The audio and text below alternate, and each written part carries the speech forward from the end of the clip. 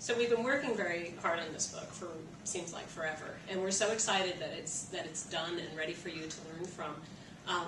We took the putting theory into practice part of this book very, very seriously, and it's a theme that runs throughout the book. As Jen mentioned, we're communication researchers, and we're part of a discipline of communication researchers, people who are studying communication just like people study the human body to figure out how to make it work better and how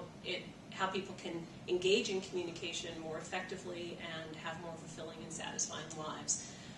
Throughout this book, then, we try to tell you about the research that people are doing, but more importantly, we ask you to really think about how to put that into practice. So every section of the book is going to end with a series of tips for how you can take what you've learned about within the textbook and put it into practice in your own lives. So translate that theory and research that we're working on as communication scholars into practical tips that will help you live your lives more effectively and in a more satisfying way. And one of the ways that we want you to reflect on that material and think about how the research fits in is something that we encounter as researchers of interpersonal communication all the time, and that's the ethics of how to communicate effectively and how to achieve satisfying communication. And so at the end of each chapter, we'll ask you to think about certain situations where you might be put in a situation where your ethics are challenged a little bit in your communication. So what if you're in a situation where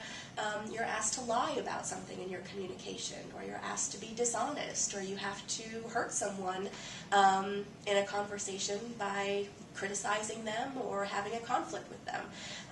How would you handle those situations in an ethical manner? And that's one of the things that as researchers we encounter all the time in terms of how to treat our subjects ethically, how to get them to communicate in ways that,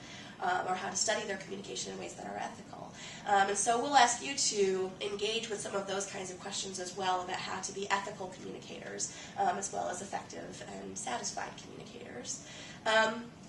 In addition to that, if you visit our companion website, each chapter also has a few elements that will expose you to interpersonal communication in different contexts, or resources that can help you